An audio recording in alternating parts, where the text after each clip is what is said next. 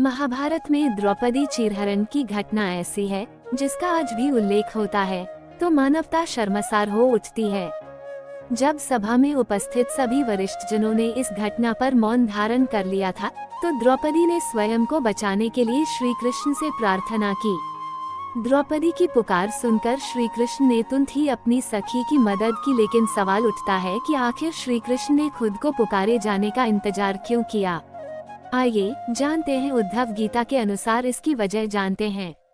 महाभारत को न्याय और अन्याय के बीच रक्तरंजित युद्ध भी माना जाता है।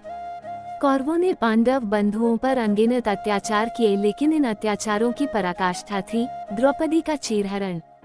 जब भी द्रौपदी के चीरहरण का उल्लेख किया जाता है तो इसे नारी के विरुद्ध सबसे क्रूर अपराधों में से एक माना जाता है।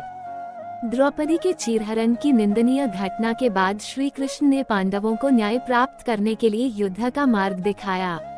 श्री कृष्ण ने युधिष्ठिर, अर्जुन, भीम, नकुल और सहदेव को युद्ध की अनिवार्यता समझाते हुए कहा था कि अब युद्ध का प्रश्न केवल संपत्ति, राज्य या फिर अधिकारों तक सीमित नहीं रह गया है, बल्कि अब प्रश्न नारी अस्मिता और मनुष्य के प्रति हिंसक व्यवहार का भी है। इस अपमान का प्रतिशोध युगों युगों तक एक सबक की तरह स्मरण किया जाएगा, इसलिए युद्ध करो पार्थ। श्री कृष्ण के मार्गदर्शन के बाद पांडव द्रौपदी के चीरहरण का प्रतिशोध लेने के लिए कुरुक्षेत्र की रणभूमि में पहुंचे थे। लेकिन क्या आप जानते हैं कि जब द्रौपदी का चीरहरण हो रहा था तो श्री कृष्ण शुरुआत में ही क्यों नहीं आए थे? आइए जानते हैं श्री कृष्ण ने द्रौपदी के बुलाने का इंतजार क्यों किया था। महाभारत में जब द्यूत क्रीड़ा में पांडव कौरवों से सब कुछ हार चुके थे, जब उनके पास दांव पर लगाने के लिए कुछ नहीं रहा, तो युधिष्ठिर ने शकुनी और दुर्योधन के उकसावे में आकर द्रौपदी को दांव पर लगा दिया। दुर्योधन के आदेश पर दुशासन द्रौपदी के बाल पकड़कर उसे घसीटते हुए सभा में लेकर आया। द्रौपदी का अपमान होते देखकर सभा में बैठे किसी भी वरिष्ठ जन ने इसका विरोध नहीं किया। उन्हें देखकर ऐसा लगता था मानो सभी का विवेक मरने के साथ संवेदनाएं भी मर चुकी हो। द्रौपदी ने दुशासन से खुद को छुड़ाने का बहुत प्रयास किया, लेकिन विफल रही। इस दौरान द्रौपदी बारी बारी से सभी वरिष्ठ जनों से बचाए जाने की गुहार लगा रही थी, लेकिन किसी ने उसकी सहायता नहीं की।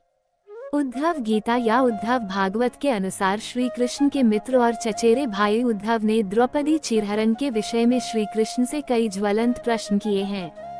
उद्धव गीता के अनुसार श्री कृष्ण के मित्र उद्धव पूछते हैं, हे केशव, जब हस्तिनापुर में द्रौपदी चीरहरण की इतनी विभत्स घटना घट रही थी तो आपने तुरंत जाकर द्रौपदी को क्यों नहीं बचाया? आपने द्रौपदी के पुकारे जाने की प्रतीक्षा क्यों की? अपने मित्र उद्धव का ये सवाल सुनकर श्री कृष्ण मुस्कुरा दिए।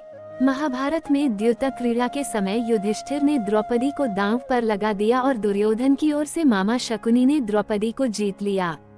उस समय दुशासन दुर्योधन के आदेशानुसार द्रौपदी को बालों से पकड़कर घसीटते हुए सभा में ले आया। जब वहां द्रौपदी का अपमान हो रहा था तब भीष्म पितामह, द्रोणाचार्य और विदुर जैसे न्यायकर्ता और महान लोग मौन रहे और सिर झुकाकर सभा में बैठे रहे। श्री कृष्ण उद्धव के सवालों पर मुस्कुराते हुए बोले, इस सृष्टि का नियम है कि विवेकवान व्यक्ति ही जीतता है, जो जीतने के लिए बुद्धि का प्रयोग करता है।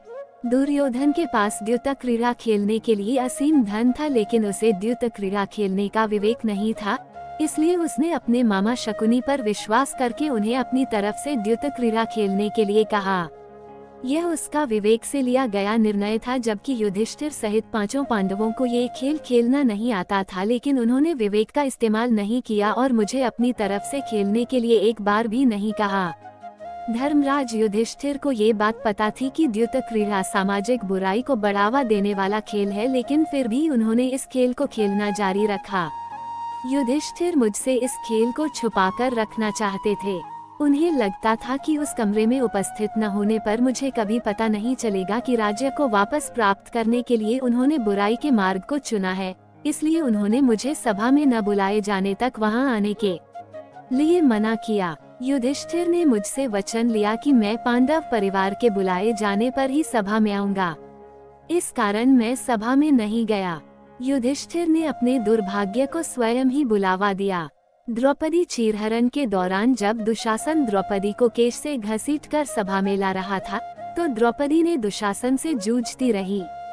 द्रौपदी ने खुद को छुड़ाने का बहुत प्रयास किया लेकिन असफल रही। इसके बाद जब दुशासन द्रौपदी की साड़ी खींचने लगा, तो द्रौपदी की बुद्धि विवेक जागृत हुआ और द्रौपदी ने हरि हरि अभयम कृष्णा अभयम का नाम जापकर श्री कृष्ण को सभा में उपस्थित होने के लिए पुकारा। खुद को पुकारे जाने पर श्री कृष्ण ने विलंब नहीं किया और अपनी सखी को बचाने सभा में उपस्थित हो गए। इस तरह श्री कृष्ण ने युधिष्ठिर को दिया वचन भी निभा लिया और अदृश्य रूप में आकर अपनी सखी द्रौपदी की रक्षा भी की। उम्मीद है कि आपको जानकारी पसंद आई होगी। वीडियो अच्छी लगी तो वीडियो को लाइक करें और चैनल पर पहली बार आते हैं तो सब्सक्राइब करना ना भूले। धन्यवाद।